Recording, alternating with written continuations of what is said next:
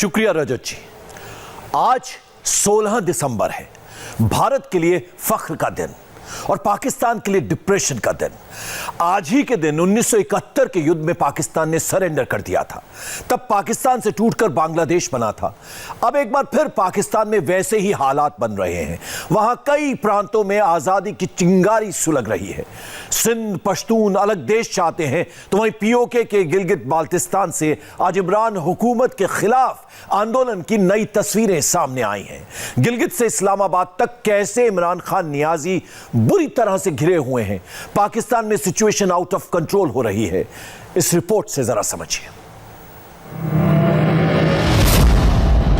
पाकिस्तान में आजादी का धमाका। हम क्या चाहते हैं? आजादी। हम क्या चाहते हैं? आजादी। गिलगित में गुस्से का विस्फोट। गरीब बंदा अपना रोजगार कमा रहा। पेट्रोल बम धमाका।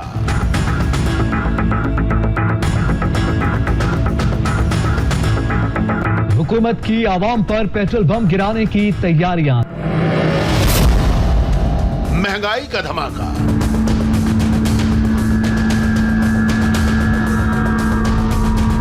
पंजाब में अदरक सोने के भाव बिकने लगा। जनूबी पंजाब में जखीरा अंदोज माफिया बेलगाम। 1200 रुपए फी किलो में फरोख्त। एक ही दिन में 200 रुपए फी किलो महंगा हो गया। अपोजिशन का धमाका।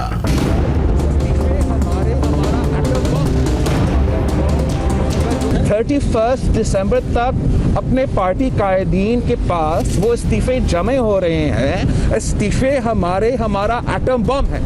पाकिस्तान में इमरान खान के सिर पर एक के बाद एक धमाके हो रहे हैं।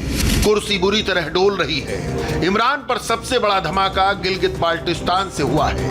49 साल पहले 16 दिसंबर के ही दिन भारत से युद्ध में पाकिस्तान की हार हुई थी। पाकिस्तान से टूटकर बांग्लादेश बना था। अब उसी 16 दिसंबर को गिलगित बाल्टिस्तान से आजादी की मांग उठी है। दिफा करने के लिए हम यहाँ आए हैं।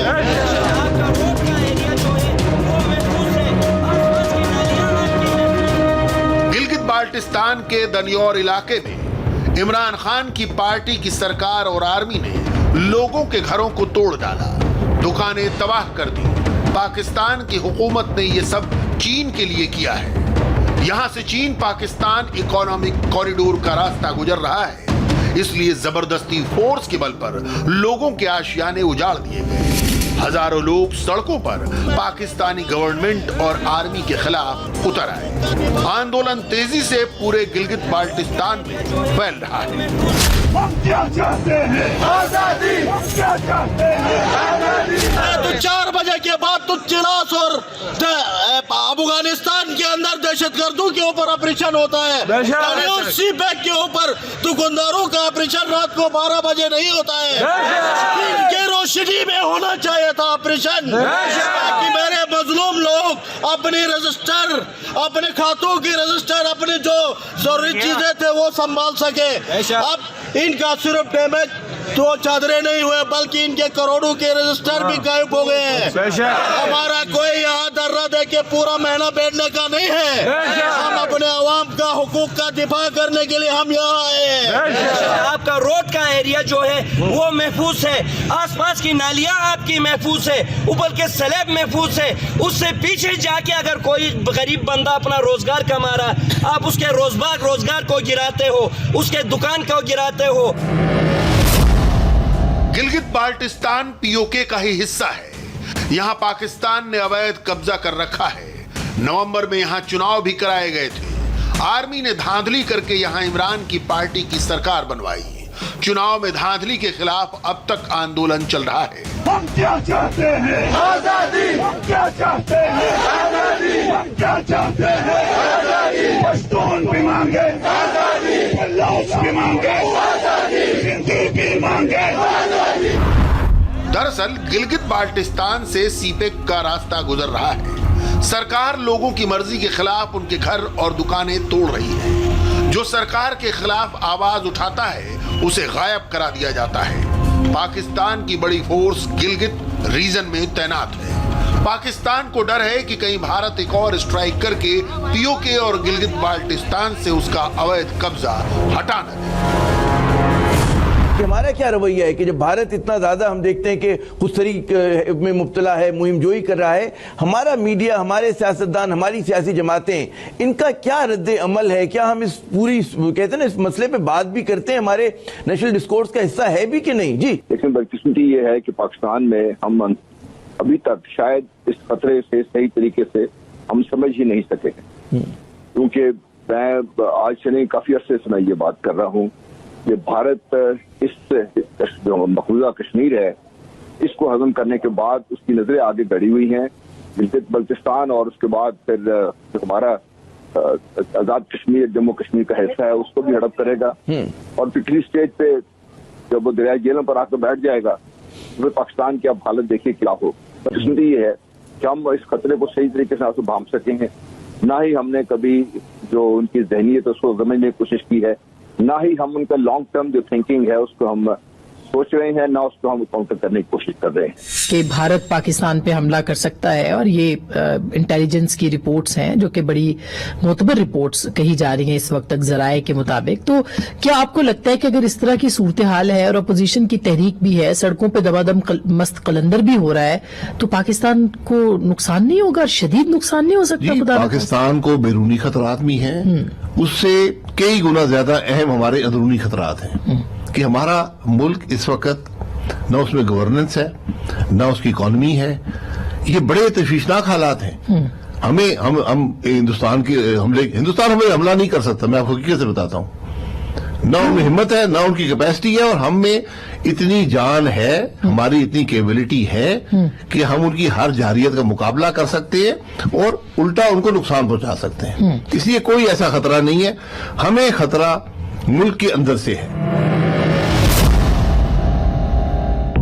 पूर्व वजीर आजम शाहिद खाकान अब्बासी जिस अंदरूनी खतरे की बात कर रहे हैं वो दरअसल वो हालात हैं जो इस वक्त पाकिस्तान में बने हुए हैं। इमरान खान पर ज्वाइंट अपोजिशन से लेकर पब्लिक तक धमाके पर धमाके कर रही है। बिलावल भुट्टो ने तो इमरान को एटम बॉम्ब की धमकी तक दे डाली। पाकिस्तान पीपल्स पार्टी और सारे पीडीएम के जमातें एक पेज पे हैं, सब मिलके फैसले लिए हैं 31 दिसंबर तक अपने पार्टी कायदीन के पास वो इस्तीफे जमे हो रहे हैं। इस्तीफे हमारा एटम बम है। बिलावल साहब, जो जमहूरी को तो के इस्तीफे हैं वो हमारा एटम बम है, और हम एटम बम का जो इस्तेमाल है, जो उसका स्ट्रैटेजी है, वो मिलके पीडीएम बनाएंगे। 11 पार्टियों का ज्वाइंट अपोजिशन यानी पाकिस्तान डेमोक्रेटिक मूवमेंट 2 महीने से इमरान खान के खिलाफ मोर्चा खोले हुए है। इमरान खान से 3 मसलों पर इस्तीफा मांगा जा रहा है: महंगाई, भ्रष्टाचार, कुशासन। जब से वो पाकिस्तान में जाली हुकूमत बना के आया है, पाकिस्तान की तरक्की क्वारंटीन हो गई है। पाकिस्तान में चीनी क्वारंटीन हो गई है। पाकिस्तान में गंदम क्वारंटीन हो गई है। पाकिस्तान में सस्ता आटा क्वारंटीन हो गया है। पाकिस्तान में सस्ती बिजली क्वारंटीन हो गई है। पाकिस्तान में गैस और सस्ती गैस क्वारंटीन हो गई है। विपक्ष को पब्लिक का भी फुल सपोर्ट मिल रहा है। पूर्व प्रधानमंत्री नवाज शरीफ लंदन से महंगाई का हिसाब इमरान से मांग रहे हैं। हमारे दौर में आटा 35 रुपए किलो था, 35 रुपए। मुझे बताओ कि आज आपको आटा कितने रुपए का किलो मिलता है? नवाज शरीफ के दौर में चीनी 55 रुपए किलो थी। मेरे लाहौर के भाइयों और बहनों, जरा बताओ आज चीनी किस भाव मिलती है? विपक्ष को ताकत अवाम से मिल रही है जो सड़कों पर इमरान खान नियाजी को पानी पी पी कर कोस रही है। अदरक इस वक्त पाकिस्तान का राष्ट्रीय मुद्दा बना हुआ है। जिस टीवी चैनल को खोलो उसमें अदरक कथा चलती मिल जाएगी। पहले पाव किलो वाले एटम बॉम्ब की बात करने वाले गृह मंत्री शेख रशीद का महंगाई पर पाव भर का झूठ सुनो। महंगाई पे बहुत हद तक काबू पाया है। 20-25 रुपए चीनी कम हुई है, 4 से 6 रुपए आटा कम हुआ है। सिर्फ अफसोस ये है जब महंगाई बढ़ती है तो आप स्पीकर माइक हर एक के पास ले जाते हैं, जब कम होती है फिर आपका माइक छुप जाता है। अब देखिए कैसे पाव किलो अदरक 250 रुपए में मिल रही है और 1 किलो अदरक 1000 रुपए। रावलपिंडी में सब्जियों की कीमतों को पर लग गए। अदरक 1000 और सब्ज मिर्च 200 रुपए किलो फरोख्त होने लगी। शहरियों का कहना है जिला हुकूमत कीमतें कंट्रोल करने में नाकाम हो गई। बरकतरा रावलपिंडी में भी सब्जियों को पर लग गए और जो सब्जियां वो गरीब आदमियों की पहुंच से बाहर हो चुकी हैं। अगर बात की जाए सब्जियों की तो यहाँ पर अदरक जो है वो सबसे हाईएस्ट रेट पर पहुंच चुकी है। अदरक जो है वो 1000 रुपए किलो तक है, 250 रुपए पाव है, जो कि गरीब आवाम की पहुंच से दूर हो चुकी है। पंजाब में अदरक सोने के भाव बिकने लगा। जनूबी पंजाब में जखीरा अंदोज माफिया बेलगाम 1200 रुपए फी किलो में फरोख्त, एक ही दिन में 200 रुपए फी किलो महंगा हो गया। सब्जियां आवाम की कुव्वत खरीद से बाहर हो गई। इंतजामिया से नोटिस लेने का मुतालबा। मंडी में 800 रुपए किलो है, गरीब आदमी कहाँ जाएगा। मार्केट में बाजार में 1000 रुपए किलो है। ये दुबई से इधर आ रही है, चाइना से दुबई, दुबई से फिर पाकिस्तान, कराची से मुल्तान आ रही है। खबर शामिल करते हैं लाहौर से, जहां सब्जियों की कीमतों में बेपनाह इजाफा हो गया है। मार्केट के अंदर अदरक है वो तकरीबन 700 रुपए, जो रेट लिस्ट के मुताबिक है वो 700 रुपए किलो में फरोख्त हो रहा है। लेकिन बाजारों के अंदर जो अदरक है वो 250 रुपए पाव में फरोख्त किया जा रहा है। इनसे अदरक लेने आया हूँ, इन्होंने बोला 250 रुपए का। अब आपको देख के इन्होंने कह रहा 250 रुपया, ये 70 रुपया आपकी वजह से मुझे वापस मिले। अभी भी यहाँ पर खड़े खड़े जिस शख्स से मेरी बात हुई उसने यही बोला कि उसको 250 रुपए का दिया गया। इनसे बात कर लेती हूँ कि इन्होंने ऐसा क्यों किया। मंडी में 900 रुपए किलो है अदरक, हम 900 रुपए सवा 900 रुपए किलो लाई है, तो लाजमी बात है 250 रुपए पाव ही बेचना है। अब रावलपिंडी में शेख रशीद के मोहल्ले की सब्जी मार्केट की ग्राउंड रिपोर्ट दिखाते हैं। शेख रशीद कितना झूठ बोल सकते हैं खुद देख लीजिए। वफाकी वजीर दाखिला शेख रशीद महंगाई में कमी का दावा करते हैं, लेकिन इनकी लाल हवेली के ऐन नीचे हर तरफ महंगाई का ही रोना है। महंगाई कम तो नहीं हुई और अगर शेख साहब ये दावा कर रहे हैं तो उनको आए बाहर मार्केट्स में आए, लोगों के हाल देखें। शेख रशीद साहब की कभी कोई बात सच्ची साबित हुई है? ये शेख साहब आते हैं ना हमसे बात करते हैं ना कुछ करते हैं, बस वैसे दावे। पूरी दुनिया और पाकिस्तान कोरोना से परेशान है। बाकी दुनिया में वैक्सीन को लेकर डिबेट चल रही है, लेकिन पाकिस्तान के टीवी पर अदरक और अंडे पर बहस हो रही है। अंडे जब से कोविड आया है वो काबू में नहीं आया, और अंडे जो हैं वो महंगे हो के कुछ इलाकों में 200, कुछ जगहों पे 250 और कुछ जगहों पे 350 रुपए फी दर्जन तक फरोख्त हो रहा है। और ये वो अंडे हैं जो कि फार्मी एग्स हैं, ये देसी अंडे नहीं है। तो आप खुद इससे सोच रहे हैं कि देसी अंडों की क्या प्राइस होगी। और एक माह के दौरान अंडों की कीमत में जो 40 रुपए फी दर्जन तक का इजाफा हुआ है, जबकि शफात पहले भी जब हमने इस हवाले से बात की तो कहा जा रहा था कि नहीं, आप देखेंगे कि दिसंबर में जाके अंडों की प्राइस कहीं ना कहीं कम हो जाए, लेकिन वैसा हुआ नहीं। महीने मजीद चाहिए होते हैं ब्रॉयलर को तैयार होने में। 6 महीने के बाद प्रोडक्शन में आएगा, हैचीज के अंदर अंडा सेट होगा, उसके चूजे निकलेंगे और वो 32 और 33 दिन में होगा। 21 दिन जो है वो हमें चाहिए होते हैं हैचरी के अंदर। अब इस पूरे प्रोसीजर के अंदर तकरीबन 2 महीने लग जाते हैं। आप देखिएगा 15 जनवरी के बाद रेट नीचे आ जाए। पाकिस्तान में महंगाई का बॉम्ब ऐसा फूटा है कि टीवी पर वजीर आजम इमरान खान के महंगाई पर पुराने बयानों को लाइब्रेरी से निकाल कर सुनाया जा रहा है। उन्हें याद दिलाया जा रहा है, नियाजी तेरे वादे का क्या हुआ। आटा चीनी के बारे में उन्होंने कहा था 20 फरवरी 2020 को, क्या कहा था? Let's hear this. चीनी और आटा ये जो महंगा हुआ है, इसमें हमारी कोताही है, मैं मानता हूं। और मैं ये आज आपको कह रहा हूं कि इसके ऊपर मैं पूरी इन्वेस्टिगेशन हो रही है। जो भी इसमें मुलव्वस होगा, इनको किसी को छोड़ेंगे नहीं हम। और दूसरा, हम सिस्टम इंशाल्लाह ऐसे लेके आएंगे कि आगे से पहले से हमें पता होगा कि कौन सी चीज की अगर कमी हो तो हम पहले से या इंपोर्ट करेंगे या हम पहले से तैयार होंगे उसके। हम छोड़ेंगे नहीं, ये बात उन्होंने 17 मार्च 2020 को भी कही और ये कहा कि फिर कहा कि कमिटीज बनेंगी और कमिटीज कायम होंगी और सिस्टम बनेगा, और फिर ये कहा था, दोहराया था कि रियासत नहीं छोड़ेगी। दरअसल इमरान के कंट्रोल में कुछ है नहीं। पाकिस्तान में सब कुछ आर्मी के इशारे पर होता है। पाकिस्तान विदेशों से जो पैसा गरीबी के नाम पर लेता है उसे आतंकवादियों को पालने में खर्च कर देता है। तो जनता को राहत कहां से दे? इमरान का खजाना खाली है। 7 लाख करोड़ का कर्ज है। सऊदी अरब और यूएई कर्ज वापस मांग रहे हैं। पिछला कर्ज चुकाने के लिए नया कर्ज लेना पड़ा। पाकिस्तान चीन से पैसे लेकर कर्जा चुका रहा है। चीन पाकिस्तान को 24,000 करोड़ रुपए का नया लोन दे रहा है। 3 साल में पाकिस्तान 40 अरब डॉलर का लोन ले चुका है। पाकिस्तान का फॉरेक्स रिजर्व सिर्फ 13 बिलियन डॉलर रह गया है।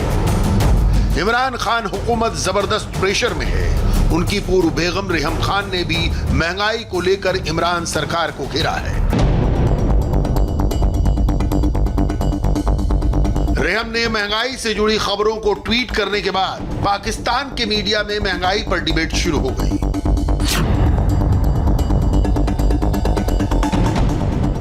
पहले से ही महंगाई की मार झेल रही पाकिस्तान की आवाम पर एक और बॉम्ब फटा है पेट्रोल का। और होशियार हुकूमत की आवाम पर पेट्रोल बम गिराने की तैयारियां। हुकूमत का बिजली के बाद पेट्रोल बम गिराने का फैसला। में हम गेम खेलते थे जो होता था कि चिड़ी उड़ी गाना याद है आपको? तो आज हम जरा महंगाई पे वो खेलें। जी जी। तो जो चीज महंगी होगी आपने कहना उड़ी उड़ी। चीनी उड़ी। पेट्रोल उड़ा। बिजली उड़ा। गैस उड़ी। सब चीजें उड़ी। फल उड़े। सब्जी उड़ी। फिर petrol. Coming back to petrol. आलमी मार्केट में जनाब चूंकि ब्रेंट की कीमत $47 फी बैरल से तजावज कर गई है, लिहाजा सरप्रेसो आपके लिए आ गया जनाब पेट्रोलियम मसनूआती की कीमतों में ₹3 फी लीटर तक का इजाफा, जिसका इतलाक आपकी इतला के लिए अर्ज ये है कि गुज़िश्ता रात 12 बजे से हो चुका है। बिल्कुल शफात। और हुकूमत ने पेट्रोलियम मसनूआत की कीमतों में इजाफे का ऐलान करते हुए नोटिफिकेशन जारी किया, जिसके मुताबिक पेट्रोल की कीमत ₹103.69 फी लीटर मुकर्रर। हाई स्पीड डीजल जो है उसकी कीमत ₹108.44 फी लीटर हो गई है। पेट्रोल महंगा हुआ तो तेल घोटाले का जिन्न भी बोतल से बाहर निकल आया। जून में तेल की क्राइसिस पर बनी रिपोर्ट अदालत के आदेश पर इमरान सरकार को जारी करनी पड़ी तो बड़ा धमाका हुआ। मरियम नवाज ने इसे आटा चीनी के बाद एक नया घोटाला करार दिया। जून में पाकिस्तान में अचानक तेल का संकट पैदा हो गया। लोगों को महंगे दाम पर तेल खरीदना पड़ा। इसकी जांच के लिए कमेटी बनाई गई। अब खुलासा हुआ है कि प्री प्लान्ड तरीके से जनता को लूटा गया था। जून में जब पूरी दुनिया में पेट्रोल सस्ता मिल रहा था, मनफी में चली गई थी कीमतें, पाकिस्तान में यहाँ पर पेट्रोल मिल नहीं रहा था, या अगर मिल भी रहा था तो इंतहाई महंगी कीमतों पर था। और यकीनन इसका फ़ायदा उन लोगों ने उठाया जो ज़ाहिर उस वक्त ब्लैकमेल कर रहे थे। आप लोग डीलर्स हैं, क्या बताइएगा कि क्या सिचुएशन पैदा हुई थी, उस पर फ़ायदा उठाया गया, अरबों का फ़ायदा उठाया गया। ये कैसे हो जाता है इस मुल्क में सब कुछ? देखिए, हमने उस वक्त भी बड़ा एहतजाज किया था मिनिस्ट्री ऑफ पेट्रोलियम और ओगरा को कि ये आप गलत कर रहे हैं। हाँ जी। और ये आप एक दूसरे पे डाल रहे हैं। मुझे बताइए, जून का अब दिसंबर आ गया, इन्होंने कोई शाया नहीं की है, न किसी को सजा दी है। ये तो बड़ी जुल्म है। इसको अब शक्कर की तरह इसको भी दबाना चाहते हैं। ये इमरान खान नियाजी कोरोना के इंजेक्शन का जुगाड़ तो नहीं कर पा रहे, लेकिन पब्लिक को महंगाई का इंजेक्शन जरूर लगा रहे हैं। अगला स्टेप पावर सेक्टर का है। और एक बुरी खबर यह है कि मुल्क भर में बिजली एक बार फिर महंगी होने जा रही है। नेपरा ने फ्यूल एडजस्टमेंट चार्जेस की मद में बिजली की कीमत में ₹1.11 फी यूनिट की मंजूरी दी है और माह सितंबर में ये फ्यूल एडजस्टमेंट चार्जेस के चार्जेस लिए जाएंगे और दिसंबर में इनकी वसूली की जाएगी। तो माजी में जब तहरीक इंसाफ की हुकूमत नहीं थी, वजीर आजम बहुत गुफ्तगू करते थे कि बिजली मुल्क में सस्ती होनी चाहिए। जुलाई 2018 में तहरीक इंसाफ की हुकूमत आई। अगस्त 2018 से लेकर नवंबर 2019 तक 15 माह में बिजली को 12 बार महंगा किया गया, 12 बार बिजली की कीमतों में इजाफा किया गया।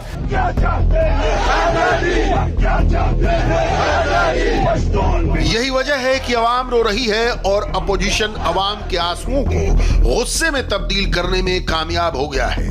इमरान खान को 31 जनवरी की डेडलाइन दी गई है। कुर्सी खाली करो नहीं तो इस्लामाबाद आते हैं। मैं समझता हूँ कि हमारा डेडलाइन बड़ा रीज़नेबल डेडलाइन है। हम पूरे पाकिस्तान के अवाम के लिए और सब के लिए अपने आप को एक रीज़नेबल रिस्पॉन्सिबल कुव्वत की तरीके से पेश कर रहे हैं। हम ऐसे उठ के नहीं पहुँच रहे हैं, हम उनको वार्निंग दे रहे हैं, हम उनको मौका दे रहे हैं कि वो जो क्राइसिस आप सबको नज़र आ रहा है, जो बहरान आप सबको नज़र आ रहा है, इसका एक हल, वाहिद हल ये है कि खुद ब खुद जनवरी 31 तक ये साहब मुस्ताफ़ी हो जाए, वरना दमदा मस्कल अंदर होगा और उससे अपोजिशन को ही फ़ायदा होगा, हुकूमत को नुकसान ही नुकसान होगा। ये जो सबसे बड़े डाकू हैं, ये मुझे ब्लैकमेल करने की मुझे पहले ही पता था इन्होंने कोशिश करनी है। मैंने बार बार आपको कहा कि ये मुझे कोशिश करेंगे, लेकिन मैंने इनको NRO नहीं देना। लेकिन स्ट्रेटेजी क्या है? जो भी स्ट्रेटेजी इनकी है कभी कामयाब नहीं होगी। मुझे कभी कभी मैंने तो उनको मुल्तान में भी इनको कहा था कि इनको करने दो जो करना चाहते हैं। टीवी पर एक्सपर्ट्स भी मान रहे हैं कि लोगों में महंगाई और भ्रष्टाचार को लेकर गुस्सा है और विपक्ष एकदम सही ट्रैक पर है।